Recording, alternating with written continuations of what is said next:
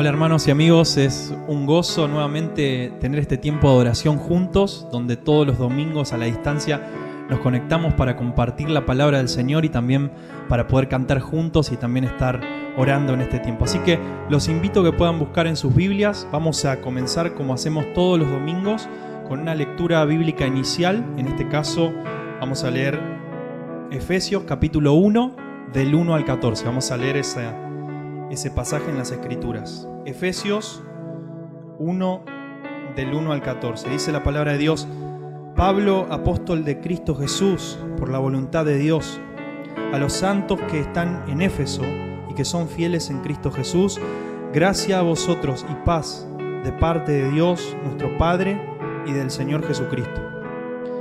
Bendito sea el Dios y Padre de nuestro Señor Jesucristo, que nos ha bendecido con toda bendición espiritual en los lugares celestiales en Cristo, según nos escogió en Él antes de la fundación del mundo, para que fuéramos santos y sin mancha delante de Él. En amor nos predestinó para adopción como hijos para sí mediante Jesucristo, conforme al beneplácito de su voluntad, para alabanza de la gloria de su gracia, que gratuitamente ha impartido sobre nosotros en el amado. En Él tenemos redención mediante su sangre, el perdón de nuestros pecados, según las riquezas de su gracia, que ha hecho abundar para con nosotros. En toda sabiduría y discernimiento nos dio a conocer el misterio de su voluntad, según el beneplácito que se propuso en Él, con miras a una buena administración en el cumplimiento de los tiempos, es decir, de reunir todas las cosas en Cristo, tanto las que están en los cielos como las que están en la tierra. En Él también hemos obtenido herencia, habiendo sido predestinados según el propósito de aquel que obra todas las cosas conforme al consejo de su voluntad, a fin de que nosotros, que fuimos los primeros en esperar en Cristo, seamos para alabanza de su gloria. En Él también vosotros, después de escuchar el mensaje de la verdad, el evangelio de vuestra salvación, y habiendo creído, fuisteis sellados en Él con el Espíritu Santo de la promesa, que nos es dado como garantía de nuestra herencia, con miras a la redención de la posesión adquirida de Dios, para alabanza de la gloria de su gracia. Amén. Vamos a orar. Señor, te damos gracias por este plan maravilloso, Señor, de la redención, en el cual en tu voluntad, Señor, predestinaste a los creyentes para ser salvos, para la alabanza de la gloria de tu gracia, como dicen las Escrituras. Sabemos, Señor, que hemos sido creados para adorarte, para darte la gloria a ti, Señor. Que ese sea el deseo continuo, Señor, en nuestras vidas, adorarte en espíritu y en verdad, mediante todas las cosas que hacemos, Señor. Por eso es necesario, Padre, que vengamos en este tiempo en humildad delante de tu presencia, a adorarte a través de arrepentirnos de nuestros pecados, a través de pedirte perdón, Señor, por nuestros pecados, y rogarte, Señor, a ti, que eres misericordioso y compasivo, lento para la ira y grande en misericordia, que nos perdones, Señor. Porque una vez más, Señor, recordamos, como dice tu palabra, que si confesamos nuestros pecados, tú eres fiel y justo para perdonarnos y para limpiarnos de toda nuestra maldad, Señor. Te agradecemos por el perdón que hay en Cristo Jesús, porque solamente Él pudo conseguir nuestra salvación, porque Él es verdadero Dios y verdadero hombre. Te damos gracias por la sangre de Cristo derramada en la cruz, y te pedimos, Señor, que todo este tiempo de adoración, las canciones, las oraciones, la escritura, sea, Señor, para guiarnos a una santificación, Señor, a ser más como Cristo. Lo rogamos, Señor, en el nombre precioso y poderoso de nuestro Señor amado. Amén. Amén. Vamos a cantar a nuestro Señor. Vamos a empezar cantando y a venir delante de Él y glorificar su nombre.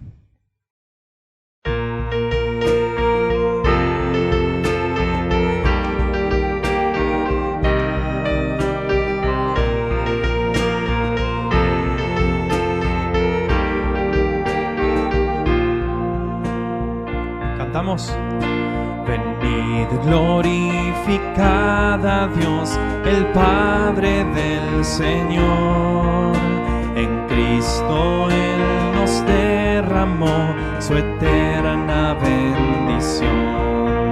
Sin manchas, puros en su luz, nos destinó a ser sus hijos adoptados por la sangre de Jesús. Te daremos la gloria por tu gracia, bondad y amor. Te daremos la gloria, eres el Salvador. Venid, glorificad a Dios, que en Cristo gracia da. Lavadas nuestras culpas son, tenemos redención.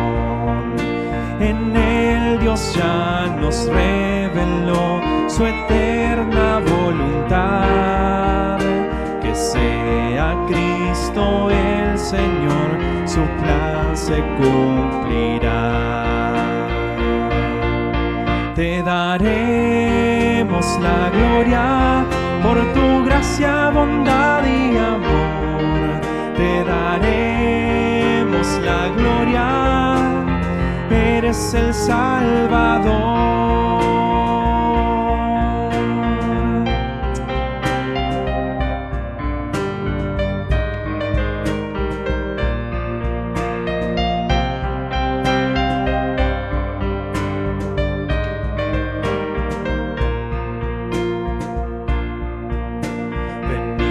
Glorificad a Dios, creyentes del Señor. El sello de su Espíritu por fe tenemos hoy. Él garantiza nuestra fe hasta el día final. Nos uniremos a alabar a nuestro Trino Dios. Te daremos la gloria por tu gracia, bondad y amor. Te daremos la gloria, eres el Salvador. Te daremos la gloria por tu gracia, bondad y amor. Te daremos la gloria, eres el Salvador.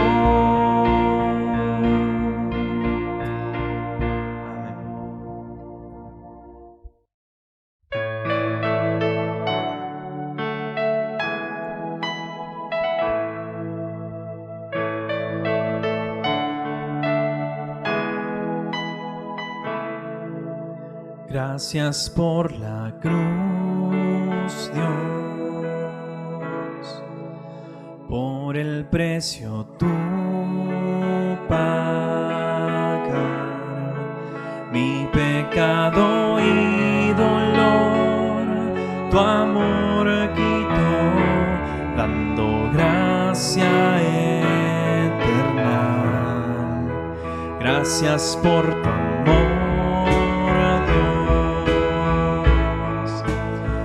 las manos que di, pues tu río me limpió y siento al fin tu perdón y salvación. Digno eres, Señor, en tu trono estás.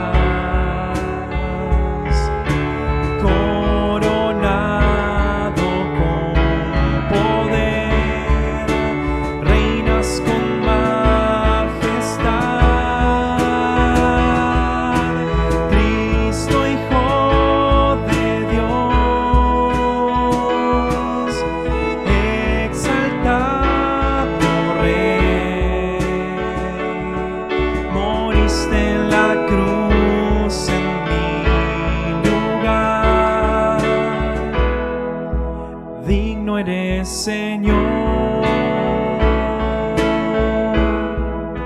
Gracias por la cruz, Jesús Dios,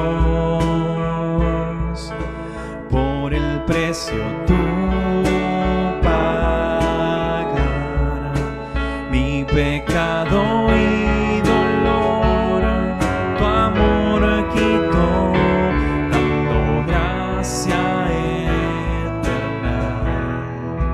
Gracias por tu amor, Dios, por las manos que herí, pues tu río me limpió y siento al fin tu perdón y salvación. Digno eres, Señor, en tu trono estás,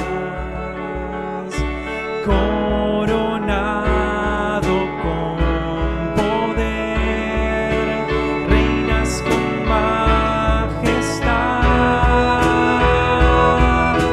Cristo, Hijo de Dios, exaltado Rey, moriste en la cruz en mi lugar.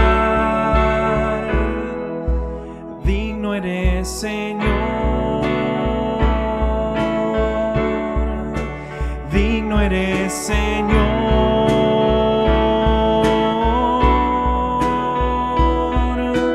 digno eres, Señor, en tu trono estás, coronado con poder, reinas con majestad. Cristo, Hijo de Dios, exaltado Rey, moriste en la cruz en mi lugar. Digno eres, Señor, digno eres, Señor, digno eres, Señor, digno eres, Señor. Amén. Amén.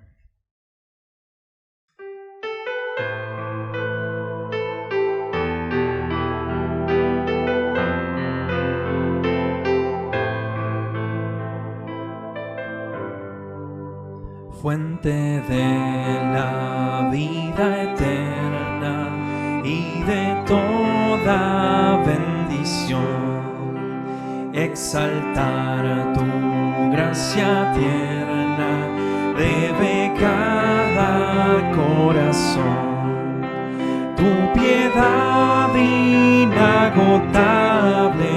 abundante en perdonar, firme estoy sobre la roca, de tu amor quiero cantar.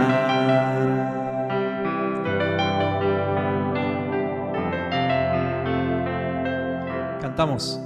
Hasta aquí me has traído, tú mi fiel ayudador, mi esperanza está contigo, en tu casa, mi Señor. Cuando eras su enemigo, Jesús vino y me buscó para rescatar mi alma, con su sangre me compró.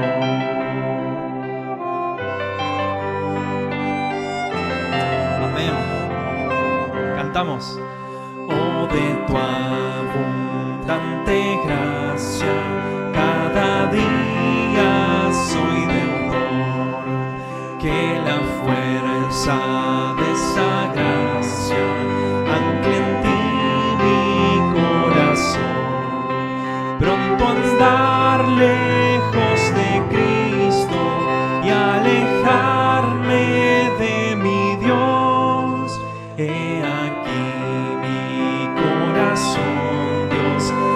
lo tuyo, Señor.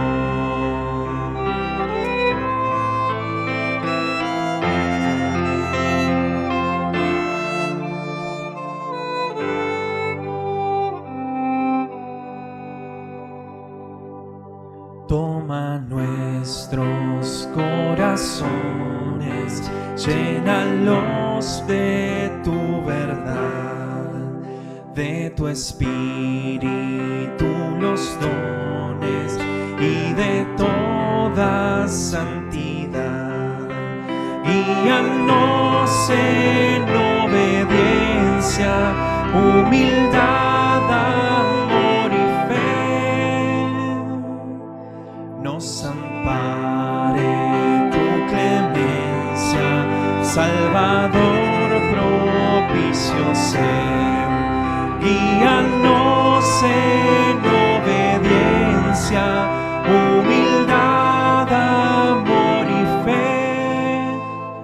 Nos ampare tu clemencia, Salvador propicio ser.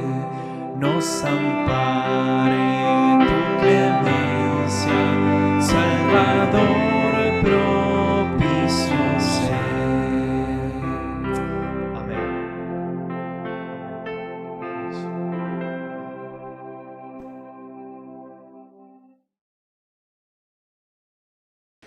Dios les bendiga, iglesia. Les invito a abrir sus Biblias para continuar nuestro estudio de Primera de Pedro. Dejamos en el versículo 7 de capítulo 3, por lo tanto vamos a retomar allí en Primera de Pedro capítulo 3, versículos 8 al 12 en esta oportunidad. Leemos la palabra de Dios y oramos. ¿Bien?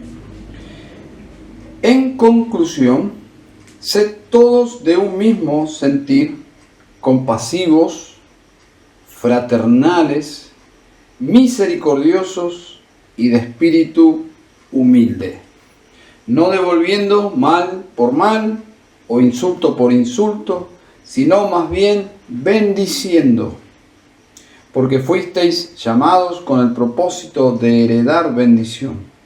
Pues el que quiera amar la vida y ver días buenos, refrene su lengua del mal y sus labios no hablen engaño. Apártese del mal y haga el bien, busque la paz y sígala, porque los ojos del Señor están sobre los justos y sus oídos atentos a sus oraciones. Pero el rostro del Señor está contra los que hacen el mal. Querido Padre Celestial, Señor de la Iglesia, Señor, venimos a ti porque necesitamos como pueblo tuyo tu conducción, tu alimento. Señor, nuestros corazones necesitan ser llenos de tu palabra. Necesitamos meditar, Señor, en tu palabra.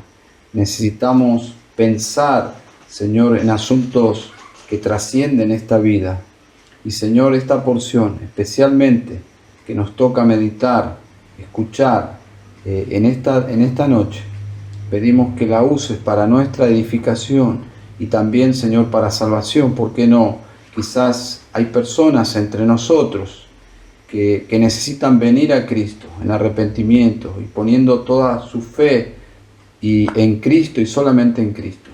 Así que, Señor, oramos que bendigas tu palabra y oramos en su nombre, en Cristo Jesús. Amén. El título de este sermón, hermanos, lo encontramos en el versículo 12, porque los ojos del Señor están sobre los justos. Ese es el título, los ojos del Señor están sobre los justos o los justificados por medio de Cristo.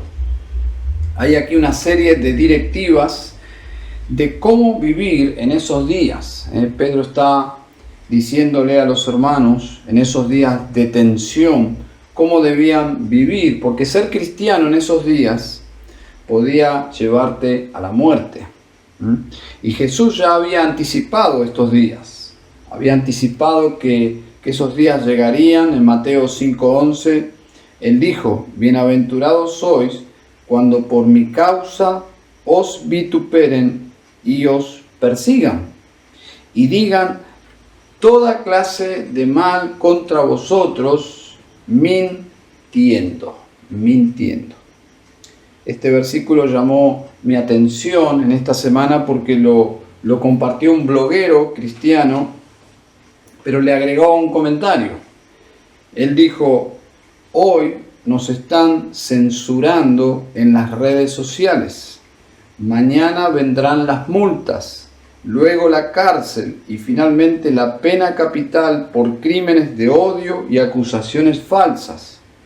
No debemos preguntarnos si estas cosas van a suceder, sino cuán pronto van a suceder. Algunos pensarán que es algo un poco dramático decir esto, otros quizás no. Y la verdad que es difícil pensar que en estos tiempos, quizás en el siglo donde más la gente exige sobre sus libertades y derechos, estemos hablando de estas cosas. Existe hoy una iglesia perseguida. Cada domingo oramos por nuestros hermanos en distintos lugares del mundo que sufren a causa de su fe en Cristo. Tal como lo fue en el pasado y hoy va en aumento. Pedro se ocupó de esto. Pero el hecho es que aún en estas circunstancias de hostilidad hacia los hermanos del primer siglo, ellos no debían bajo ningún punto de vista abandonar los valores del carácter cristiano, no debían abandonar los principios éticos de la fe cristiana. Así que vamos a abordar este pasaje teniendo esto en cuenta. Bajo ningún punto de vista los cristianos deben evitar el sufrimiento negociando los valores de la ética cristiana. Entonces, el bosquejo es muy sencillo, versículos 8 al 11, cómo debe ser ese testimonio, cómo deben vivir los cristianos, aún en esas circunstancias. Y en segundo lugar, versículo 12, es la razón y motivación para vivir de esa forma. Entonces, versículos 8 al 11 que ya hemos leído. Cuando yo leo estos versículos preciosos, pienso, ¿cómo sería el mundo si todos actuaran así? Si todos procedieran así, con un mismo sentir, compasivos, fraternales, misericordiosos, de espíritu humilde, no devolviendo mal por mal, ni insulto por insulto, bendiciendo. ¿Cómo sería el mundo si todos tendrían esta clase de vida? ¿Cómo serían nuestras familias, nuestras amistades? ¿Cómo serían nuestras iglesias? Para los creyentes, hermanos, esto no es opcional, es como debemos vivir. Y como estos hermanos debían vivir, independientemente si otros actuaran de otra forma, independientemente de la hostilidad de la sociedad hacia la iglesia. El pasaje comienza con adjetivos que nos deben caracterizar. El mundo había puesto adjetivos sobre la iglesia, malhechores, golpistas podríamos decir, pero no debían ser reconocidos por esas acusaciones o calumnias. Jesús dice que debían mentir en cuanto a la iglesia. El sufrimiento debía venir por mentiras, pero los adjetivos que debían caracterizar a los cristianos los encontramos en el versículo 8. El primer verbo lo vemos en capítulo 9, en el versículo 9, pero en el versículo 8 son todos adjetivos. Y comienza diciendo, en conclusión. Parecería como que ya está terminando la epístola, pero lo que está haciendo es haciendo como una conclusión de lo que venía hablando desde el capítulo 2, es decir, es un cierre de lo que estaba mencionando en cuanto a la iglesia en relación al Estado, en cuanto a la relación de los esclavos con sus amos y en relación al matrimonio, y luego se dirige aquí a toda la iglesia y dice, finalmente o en conclusión, hermanos, y va a mencionar estas actitudes que básicamente en su conjunto reflejan a Cristo, reflejan la fe cristiana. Y observen que Pedro comienza por casa, por la vida en comunidad, cómo los cristianos interactúan. Si no podemos actuar, hermanos, piensen en esto, si no podemos actuar bien entre hermanos, sería imposible actuar cristianamente con los enemigos de la iglesia. Entonces, estos 5 adjetivos, que algunos son traducidos como verbos, pero en su idioma original son adjetivos, los vamos a ver brevemente, pero apuntan a la vida en comunidad. Dice en primer lugar, sed todos de un mismo sentir. Parecería que está Pedro hablando de los sentimientos, pero esa expresión no apunta a los sentimientos, sino a la unidad de propósito, a la forma de ver las cosas, a la visión cristiana. Quizás la mejor manera de entender para describir esta actitud es verlo en el sentido contrario. Lo que está implicando la actitud contraria es, ojo, con una actitud divisionista, un espíritu contencioso, contradictor, quizás como una calculadora que anda mal, que no suma, no multiplica, sino solo divide y resta. Un cristiano que solo divide y resta, indudablemente tiene una actitud sumamente pecaminosa. Lo que comunica esta expresión se podría ilustrar como un coro. Como un coro, cada uno canta con su propia voz, pero todos seguimos una partitura, una música, una melodía. Entonces, esa es la idea, y comienza por algo muy básico, hermanos, y todos somos responsables de contribuir a esa unidad de propósito. Luego dice, compasivos. Esta palabra sí apunta a los sentimientos. Cuando nuestra unidad descansa sobre propósitos, cuando nuestra visión descansa sobre la verdad, entonces se puede construir empatía fraternal, se puede construir esa unidad. Y esta palabra viene justamente de nuestra palabra en castellana simpático. La idea es simpatizar con los demás, es ser sensible, tratar de entender las emociones, los sentimientos, las necesidades de otros. Debemos alegrarnos con los que se alegran, dice Romanos 12:15, debemos llorar con los que lloran. La iglesia debe ser una comunidad de gente que se esfuerza intencionalmente en entrar en la vida de los demás y entender sus necesidades, ser gente compasiva, y agrega inmediatamente fraternales, que simplemente significa amor de hermanos. Trata a tus hermanos con amor.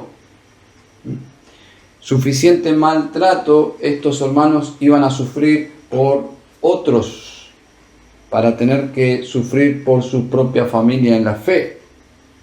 Entonces, luego agrega misericordiosos y comunica la idea de una ternura de corazón, ser sensible a las luchas de otros.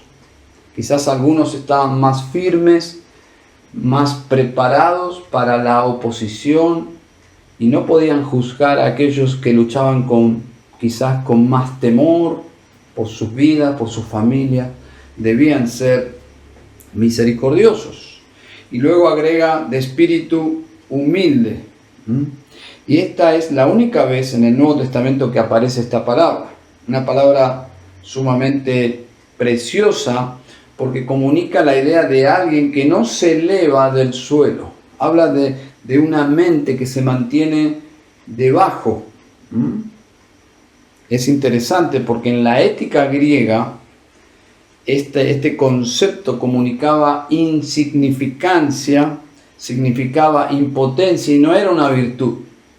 En el contexto del cristianismo, esto se eleva a una virtud, pero no lo era. No lo era.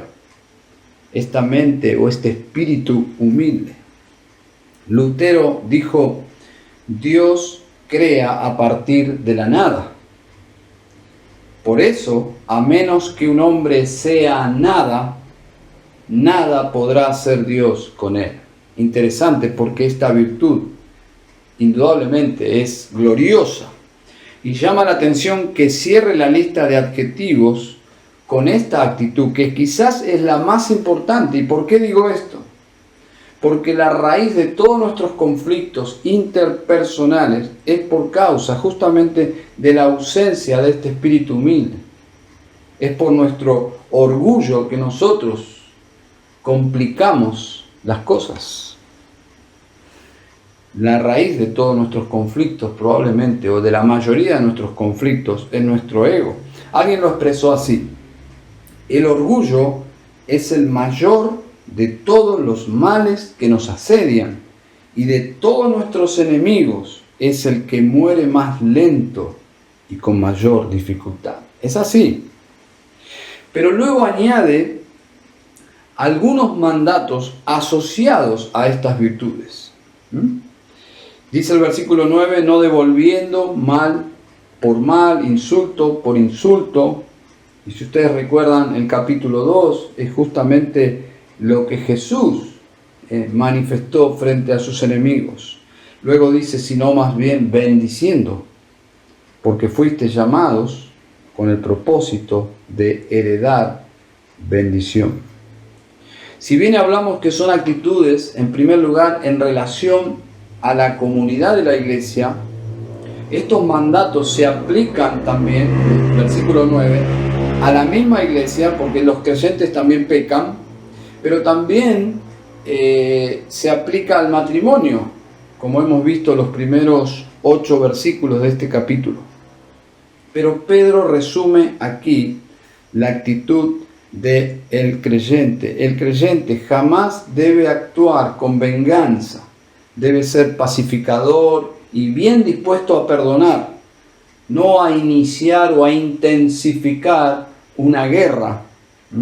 El creyente debe tener siempre en mente algo. Por eso dice sabiendo. ¿Qué cosa debe tener en mente? Que fuisteis llamados con el propósito de heredar bendición. Hermanos, cuando Dios nos llamó unilateralmente a la salvación por su poder, nos llamó no para castigarnos, sino para bendecirnos, y nos bendijo, dice Efesios 1:3, con toda bendición espiritual en Cristo Jesús.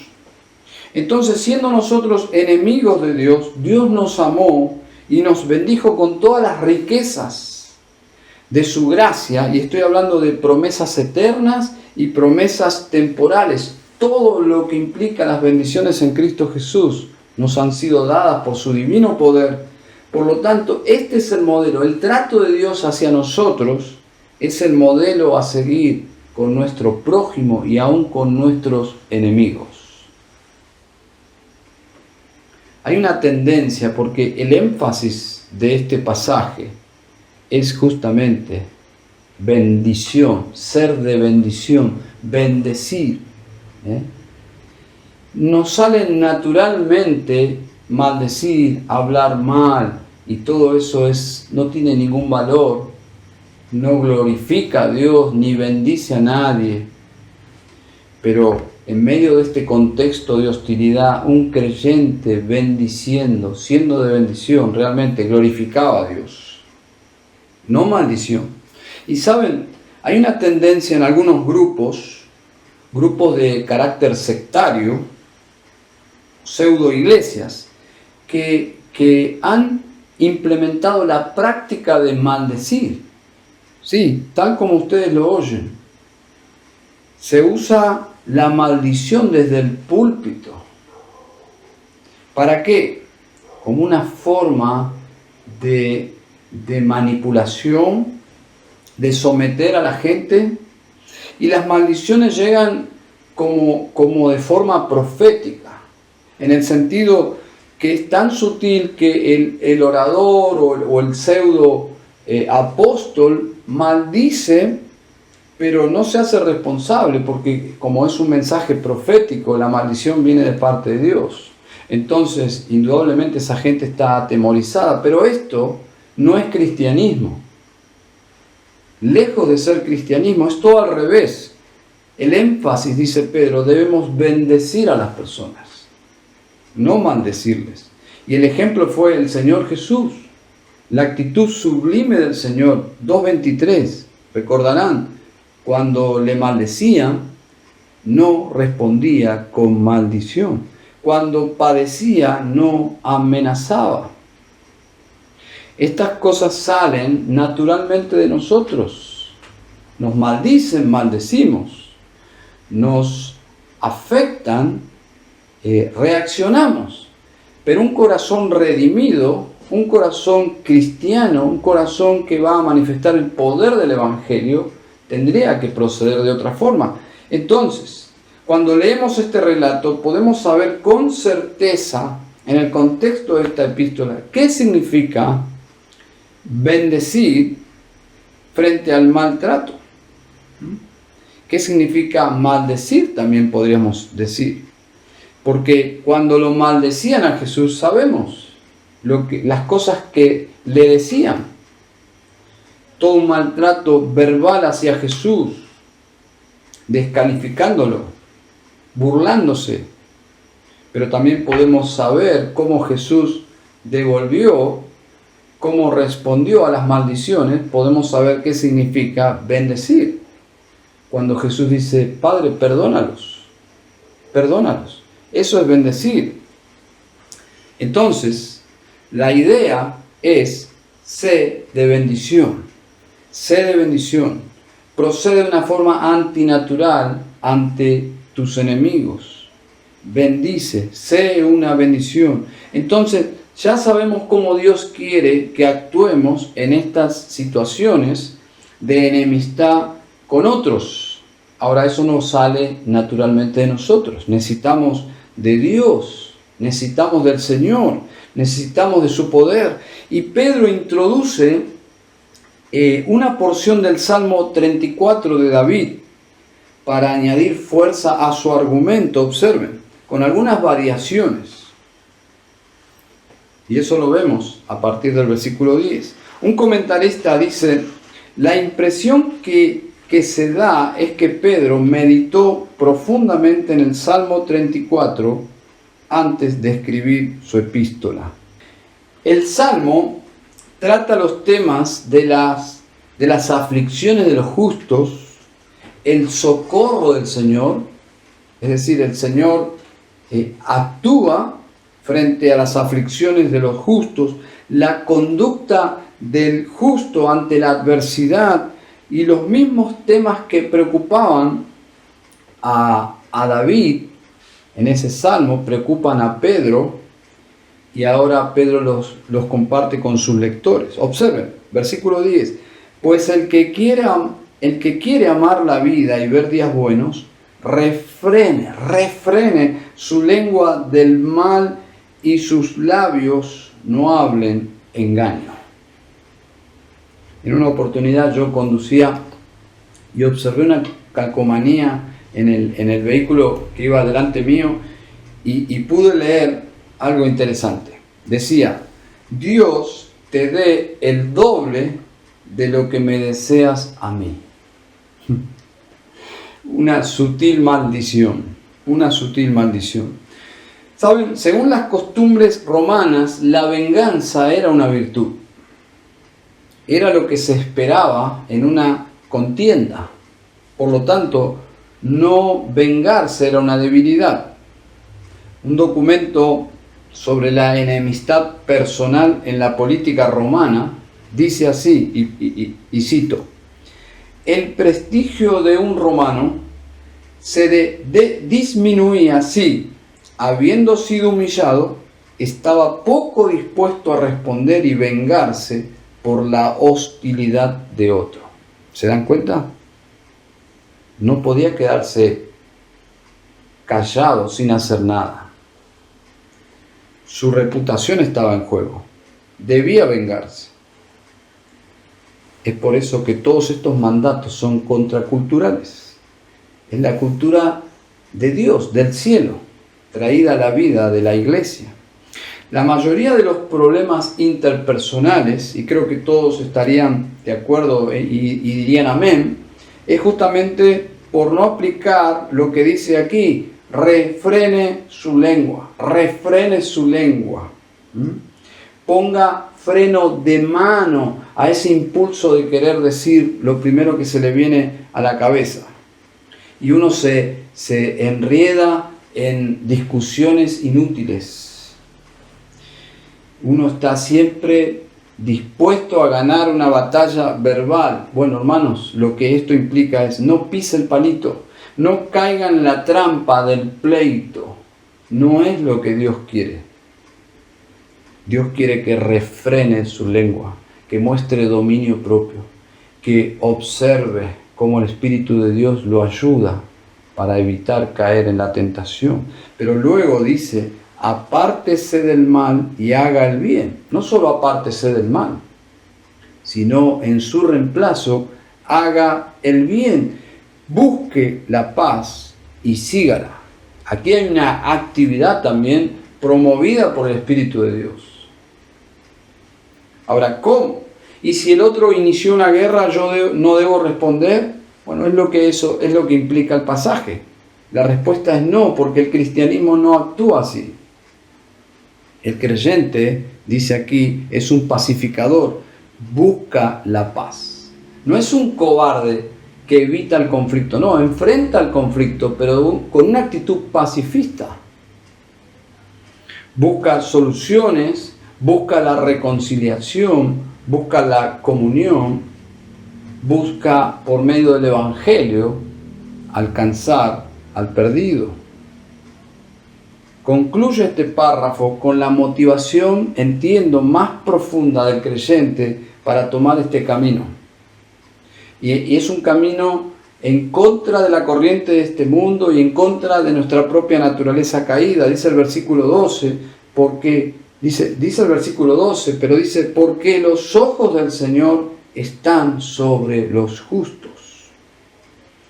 Y aquí está la esencia de por qué los cristianos debemos actuar de esta forma frente a la injusticia. Los ojos del Señor.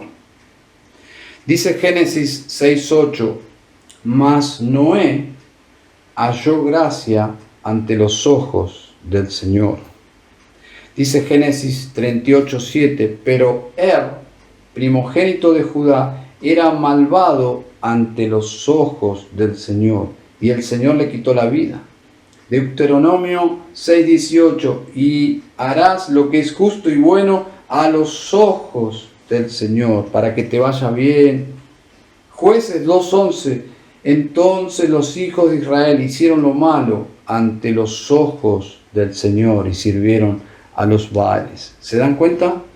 Los ojos del Señor, que lo mira todo, que lo observa todo, que lo sabe todo. Los creyentes saben que Dios existe y que Dios lo observa todo y que Dios está en todo lugar y no hay forma de escapar de su mirada. Él lo escudriña todo, aún nuestra mente y nuestros corazones. Es una verdad que no solo nos motiva a evitar hacer el mal, eso es un aspecto, es mucho más que eso. Los ojos del Señor nos debe traer consuelo porque Él nos cuida y debe unirnos o llevarnos a la oración. ¿Por qué? Si Dios nos está observando todo el tiempo es porque es un Dios que nos preserva, nos cuida, nos ama, no es indiferente. Y luego dice, sus oídos atentos a sus oraciones. Hemos sido justificados. Para ser declarados justos, Cristo murió por nuestros pecados. Él vivió la vida perfecta para adjudicarnos a nosotros delante de Dios esa justicia. Pero tomó nuestros pecados y los pagó en la cruz. Él recibió la ira que nosotros debíamos recibir porque éramos nosotros los que pecamos. Él tomó nuestro lugar. Por lo tanto, los justos ahora disfrutamos de esta relación con Dios. Él es nuestro Padre, el Padre de nuestro Señor Jesucristo, y podemos orar porque Él atiende a nuestras oraciones. Dios no es indiferente. Dios nunca llega tarde. Dios siempre oye. Dios siempre obra. Dios nunca falla. Me estaba pensando en Juan capítulo 11, cuando las hermanas enviaron a decir a Jesús: Señor, el que tú amas está enfermo. Se necesitaba urgencia, porque estaba muy enfermo.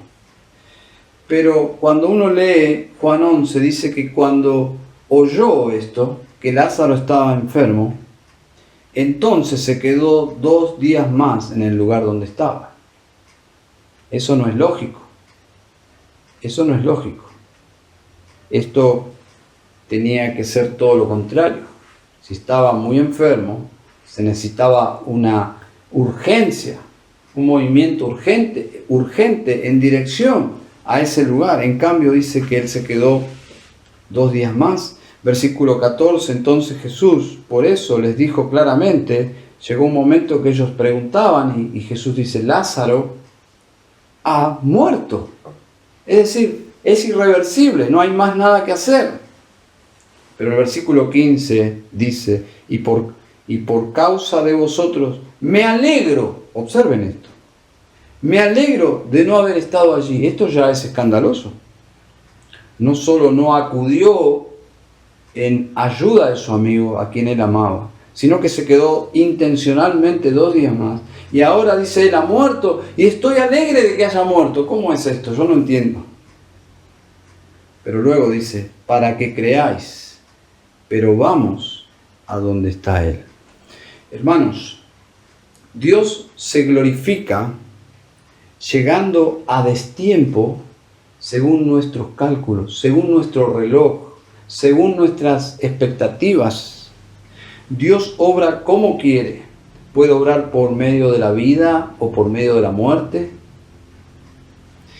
Puede obrar evitando el sufrimiento o dejándonos pasar por el sufrimiento. Dios es soberano. Dios trata así con su pueblo. Jesús decidió quedarse y Lázaro murió. Y Dios fue glorificado, aun cuando Lázaro murió. Y hay situaciones que suceden que no entendemos. Alguien puede preguntar: ¿y los malos? Observen, pero el rostro del Señor está contra los que hacen el mal. Los ojos del Señor están sobre los justos, sus oídos atentos a sus oraciones, pero el Señor no simpatiza con el mal, ni con los malos. No importa lo que sufra el justo, siempre está en el lugar correcto, porque los ojos del Señor están a favor. Hay gracia ante los ojos del Señor. Yo no quisiera estar en la mejor situación, pero del lado de los malos, de los que no tienen esperanza. Dios obrará de la forma y en el tiempo que Él decida. Dios no necesita nuestros consejos. A veces oramos como aconsejándole a Dios. Su voluntad es misteriosa en muchos aspectos para nuestra mente pequeña.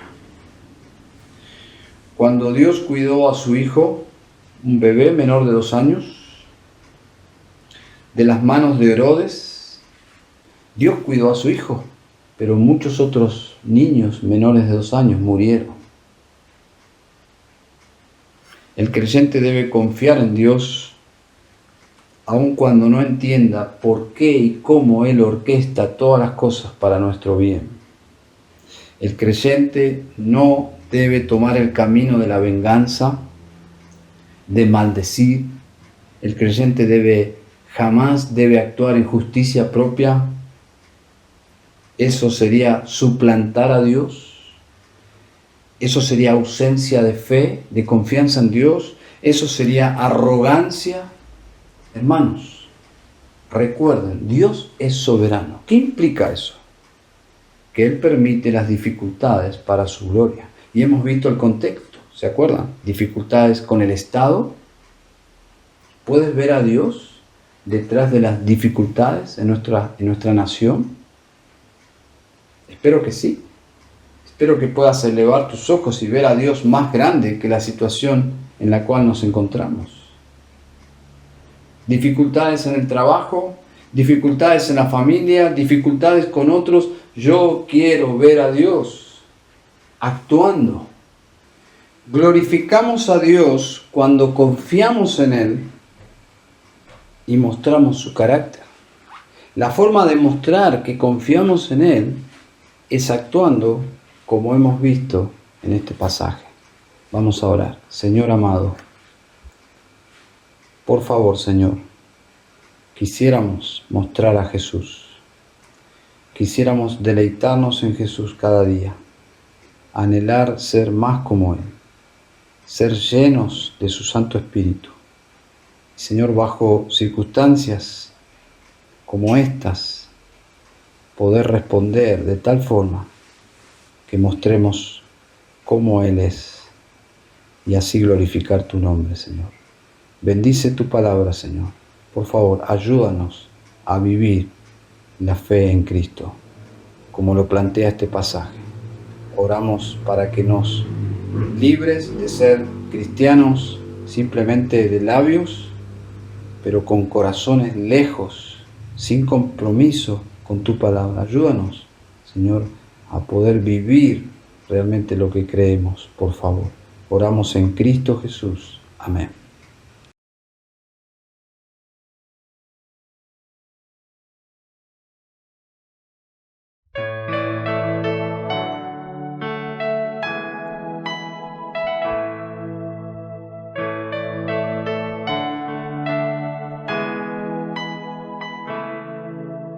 Gracias por la cruz, Dios,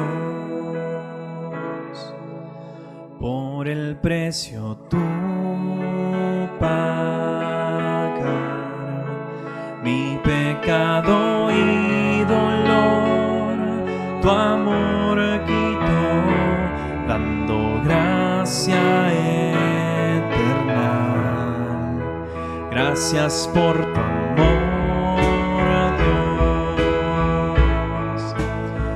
las manos que di, pues tu río me limpió y siento al fin tu perdón y salvación.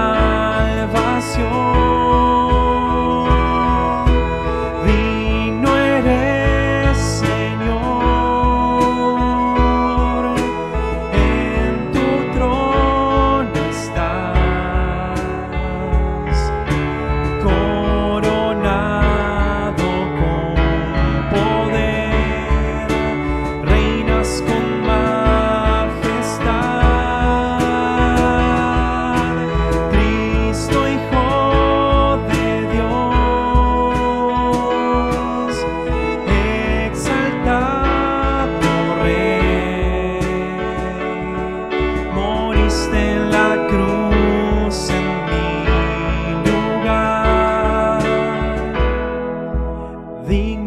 Señor,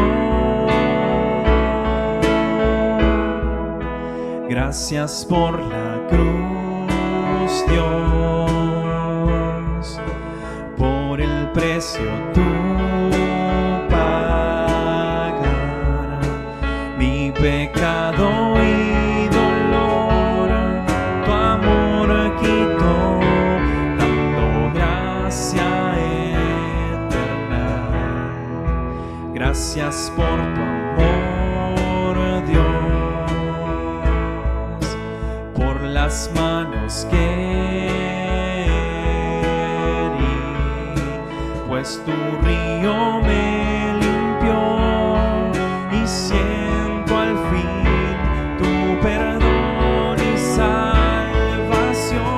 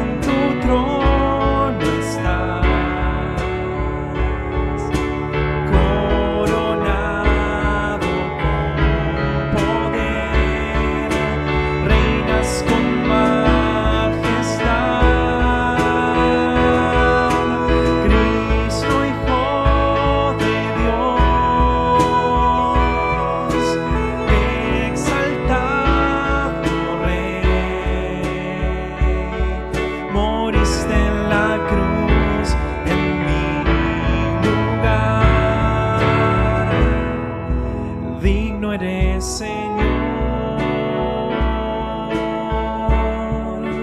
Digno eres, Señor. Digno eres, Señor.